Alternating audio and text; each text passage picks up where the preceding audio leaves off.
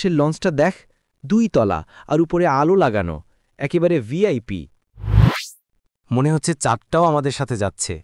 সত্যি গ্রামে ফেরার আনন্দ আলাদা। পুরে রাত 3টে, মনে হচ্ছে ভুল সময় নেমে গেছি। মার্ডার! এত ভয়ঙ্কর ঘটনা ঘটেছে নাকি? সোহেল, এই লোকটা কে? মুখে হাসি আছে, কিন্তু চোখে কেমন শূন্যতা।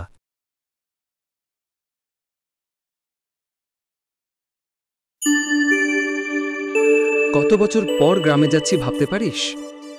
মনে আছে ভাই, আমার এসএসসি দেওয়ার বছর। তারপর তো শুধু কাজকর্ম, শহরের ব্যস্ততা, দাদির সাথে দেখা পর্যন্ত হয়নি। ঠিক বলছিস, দাদি কতদিন ধরে ফোনে কাঁদত, কবে আসবি রে? এবার ওকে চমকে দেব। চমক তো হবেই। আমাদেরই বলবে, আমার নাতিরা, আমার বুকের ধনরা ফিরে আসছে।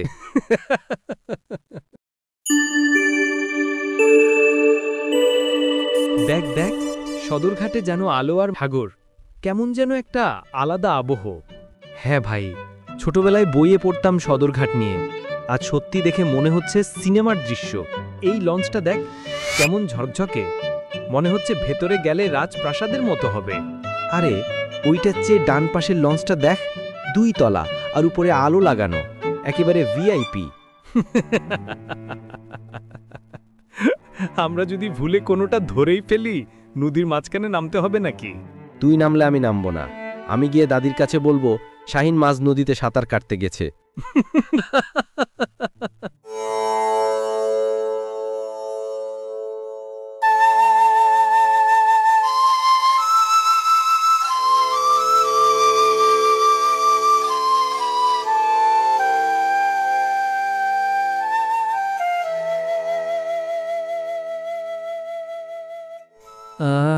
শহরের গরম, ধুলো সব ভুলে গেছি।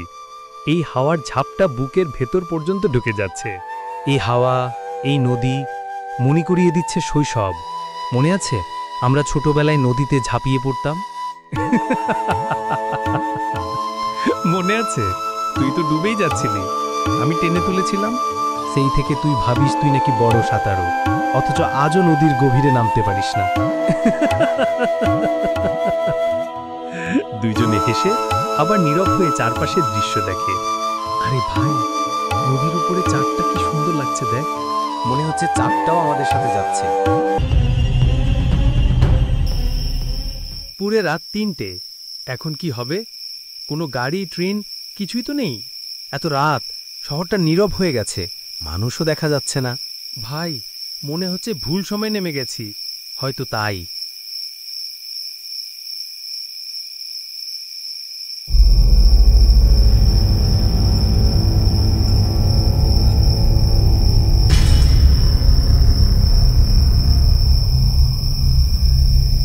রাস্তায় যেও না বাবা, কাল রাতে এখানে রক্ত ঝরেছে, এক লোককে নির্মমভাবে মারা হয়েছে, তাই গাড়ি ট্রাক কিছু চলে না।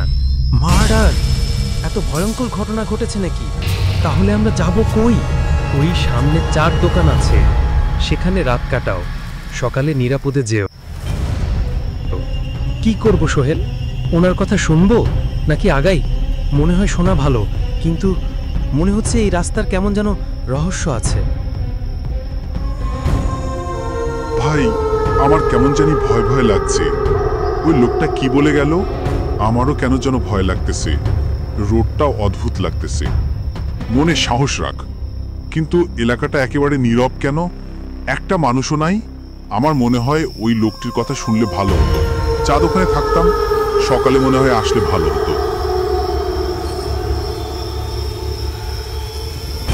তোমরা এখানে কেন? এই রাস্তায় কেউ আসে না। আমাকে এখান থেকে নিয়ে যাও, আমি একা। সোহেল, এই লোকটা কে? মুখে হাসি আছে, কিন্তু চোখে কেমন শূন্যতা। আরে ভাই, শরীর কাঁপতেছে, মনে হচ্ছে মানুষ না অন্য কিছু। কাল আমাকে এই রাস্তায় হত্যা করেছে। আমার আত্মা বন্দী হয়ে গেছে। কেউ আসে না, কেউ শোনে না। ভাই, আমি তো আর দাঁড়াতে পারছি না। দৌড় দে। লোকটার চেহারা হঠাৎ বিকৃত হয়ে যায়, ভয়ঙ্কর শব্দে চিৎকার করে ওঠে। শাহিন সোহেল দৌড়াতে শুরু করে।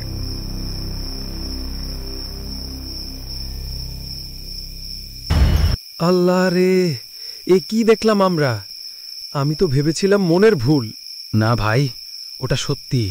ও লোকটা ভূত ছাড়া কিছুই না। আজকের রাত ভুলবো না কখনো। সোহেল, সকাল হলে আমরা দাদির বাড়ি যাব, সব ভয় চলে যাবে। কতদিন পর ফিরলাম এখানে।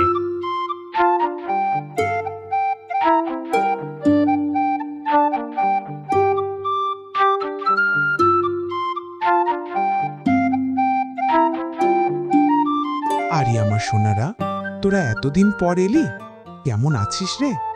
দাদি, আমরা তোকে ভীষণ মিস করেছি। ঢাকা শহরের ভিড়, কাজ, সবকিছুতেই তোর কথা মনে পড়তো।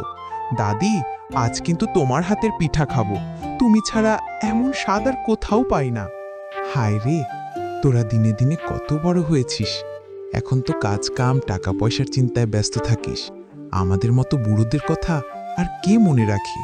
আরে দাদি, তুই কি আমাদের ভুলে গেছিস? আমরা যত দূরেই যাই না কেন, তোর কোলে বসা আর পিঠার গন্ধ সব সময় মনে থাকে।